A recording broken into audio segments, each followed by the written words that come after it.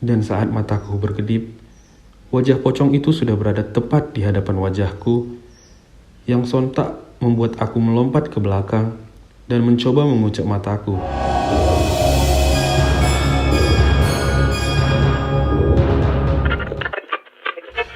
Selamat datang kembali dan selamat mendengarkan lagi Radio Tengah Malam di konten seram. Di video kali ini kita bakal membacakan cerita tentang pocong yang berada di gerai minimarket yang dialami oleh kita sebut saja Budi. Bagaimana ceritanya?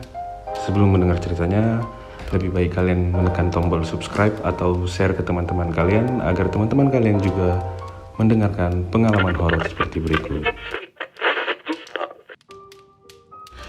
Selamat datang kembali dan selamat mendengarkan lagi Radio Tengah Malam di konten seram. Di video kali ini kita bakal membacakan cerita tentang pocong yang berada di gerai minimarket yang dialami oleh kita sebut saja Budi. Bagaimana ceritanya?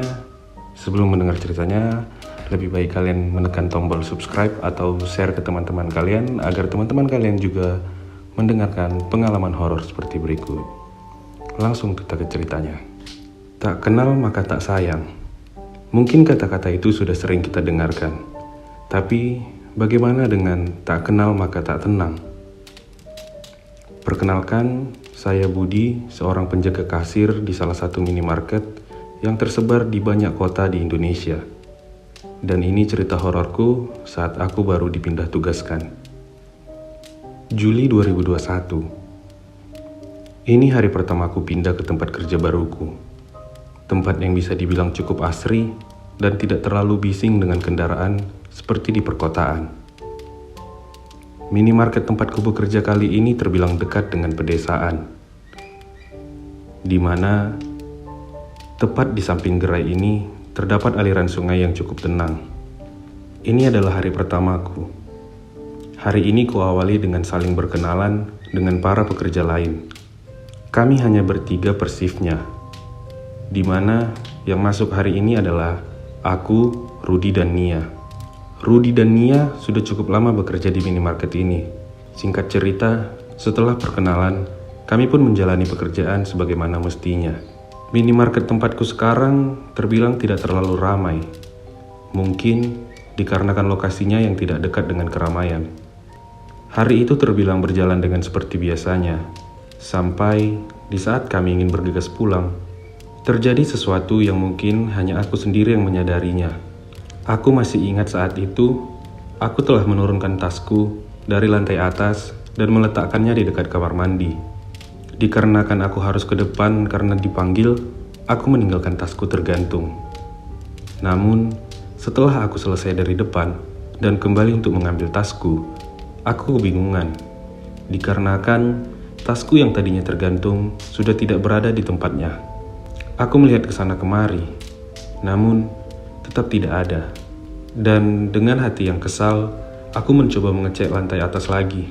Dan tentu saja, aku menemukan tasku berada di tempat sebelum aku mengambilnya tadi. Selama turun tangga, aku merasa kebingungan dan mencoba berpikir siapa yang membawa tasku tadi naik ke atas sedangkan kami bertiga berada di depan. Aku mencoba berpikir positif, mungkin aku yang lupa membawanya turun. Hari kedua. Sebelum aku menuju minimarket, aku melewatinya terlebih dahulu untuk membeli sarapan yang di hari sebelumnya direkomendasikan oleh Rudi. Saat aku melewati minimarket, aku melihat bahwa Nia sudah berada di minimarket, sedangkan Rudi berada di luar sedang melihat ke arah sungai. Setelah membeli sarapan dan membawanya untuk Rudi dan Nia, aku langsung menuju minimarket. Sesampainya di sana, aku memberi Nia sarapan yang tadi sudah kubelikan dan segera ke belakang untuk mencari Rudi agar memberikannya juga. Di belakang, aku mencarinya ke sana kemari. Namun, aku tidak bertemu dengan Rudi. Begitu juga setelah aku mencari ke lantai atas. Sesaat hendak ke depan dan bertanya kepada Nia, aku pun melihat ternyata Rudi baru saja sampai dan bergegas masuk ke dalam minimarket. Melihat itu, aku pun terdiam. Aku mengingat, aku melihatnya tadi pagi di depan, melihat ke arah sungai. Di saat aku terdiam, Suara Rudi mengagetkanku dengan mengatakan, "Ini beli di sana ya, tempat yang aku bilang semalam." Sontak, aku pun menjawab iya dan memberikannya sarapannya.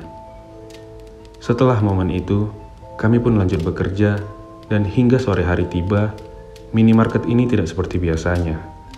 Pembeli sore ini terbilang cukup ramai, mungkin pada baru balik dari kantor. Di tengah sedang melayani pembeli, aku dan Nia kewalahan untuk menjaga toko, sehingga aku berinisiatif memanggil Rudi yang sedang mengurus stok barang di atas untuk membantu kami di bawah.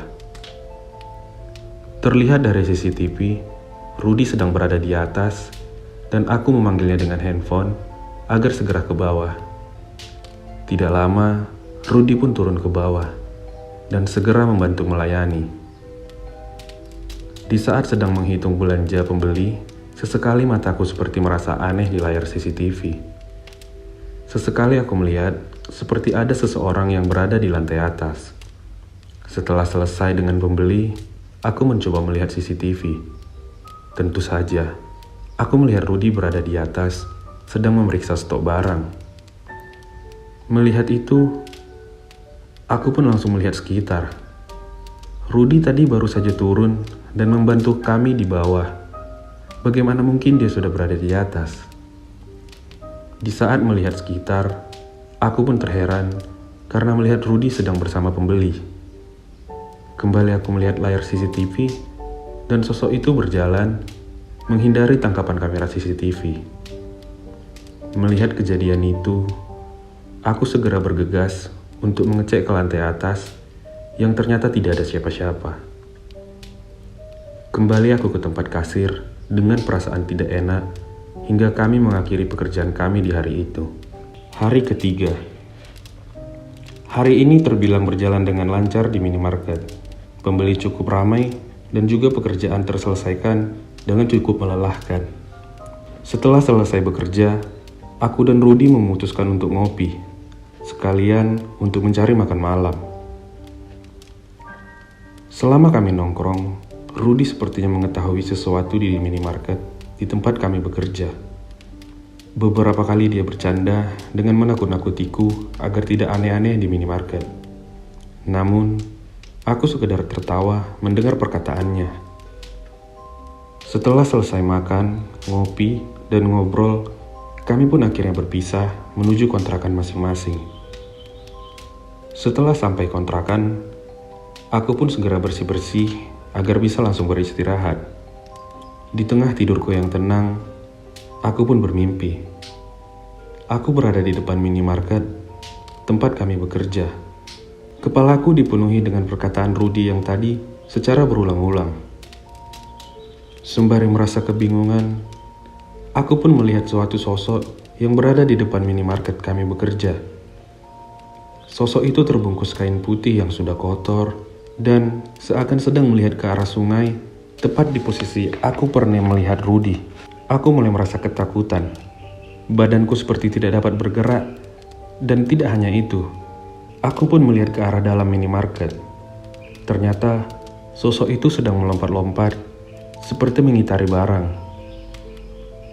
Aku pun mencoba untuk berlari, namun terasa sangat susah, hingga tiba-tiba, aku tersentak terbangun dari tidurku dengan kondisi tubuh yang sudah basah dengan keringatku. Segera aku berusaha agar sadar. Aku mengambil air dan melihat jam yang ternyata sudah subuh. Aku memutuskan untuk tidak tidur lagi. Hari keempat. Hari ini dengan perasaan tidak tenang setelah bermimpi tadi malam, aku mencoba untuk berdamai dengan pikiranku.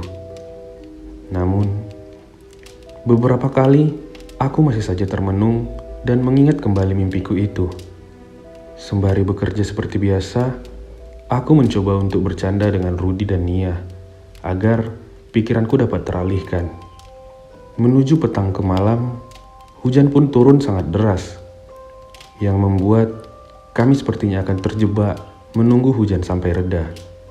Sembari menunggu hujan, aku mencoba mengecek stok barang. Sesaat aku berjalan ke atas, Aku melihat ada genangan air di sudut gudang. Aku mengira apakah ada kebocoran. Setelah melihat sana-sini, aku melihat beberapa titik kebocoran. Melihat itu, aku kembali ke bawah untuk melihat dari CCTV apakah ada barang yang terkena tetesan dari kebocoran itu.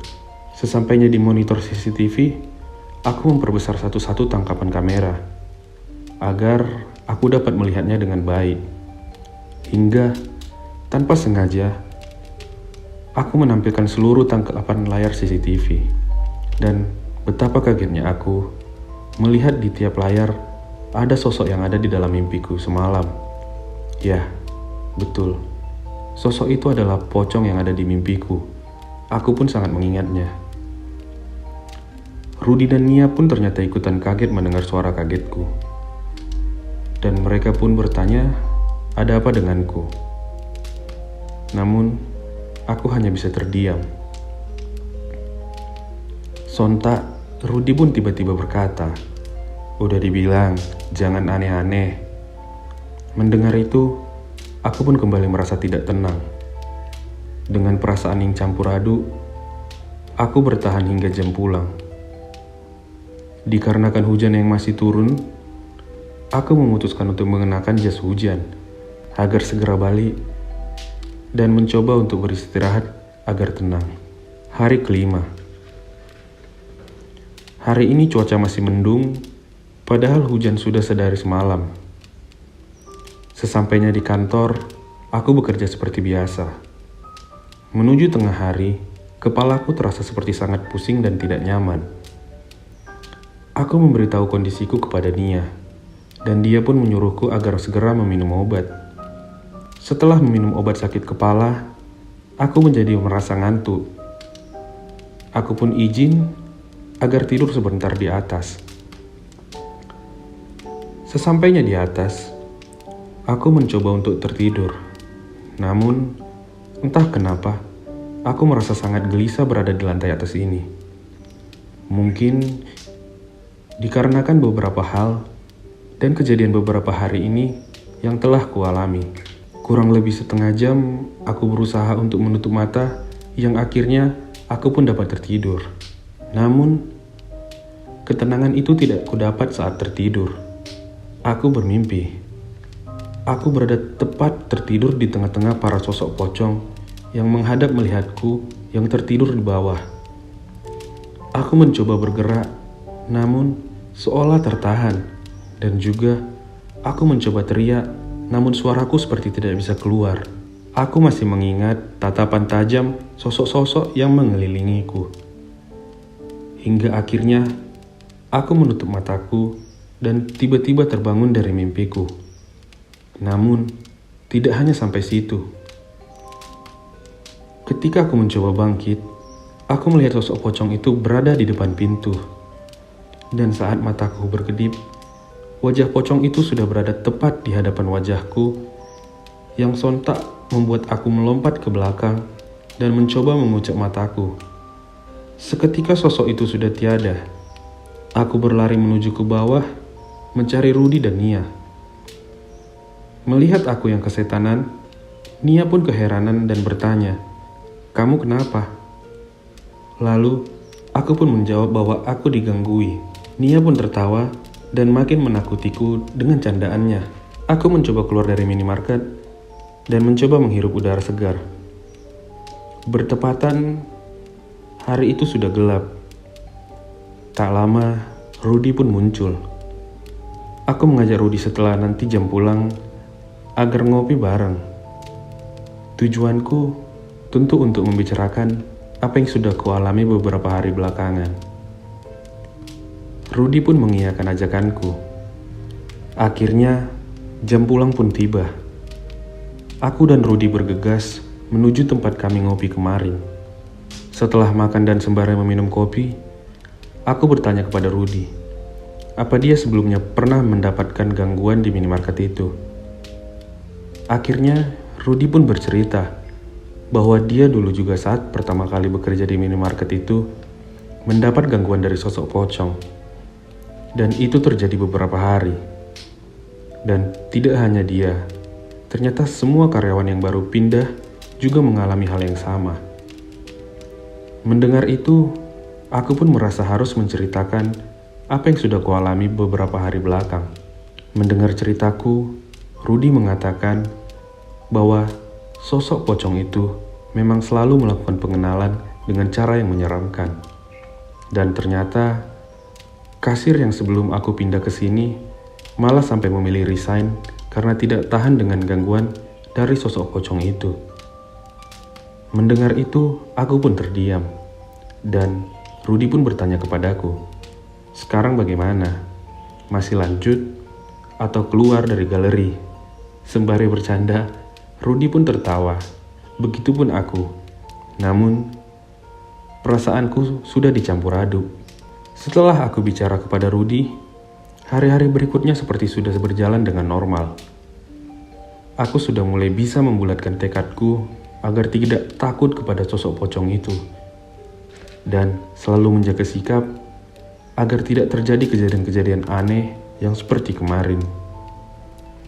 Mulai dari saat itu, gangguan itu sudah tidak muncul. Sampai beberapa bulan kemudian, Nia mendapatkan surat perintah bahwa dia akan dipindah tugaskan, yang dimana tentu saja bakal ada karyawan baru yang akan menggantikan posisi Nia. Dan kemungkinan karyawan itu akan mengalami pengalaman yang seram seperti yang kurasakan. Terima kasih buat kalian yang masih mendengarkan Siniar Seram di Radio Tengah Malam. Bagaimana cerita yang barusan? Apakah kalian pernah mengalami pengalaman seperti cerita tadi?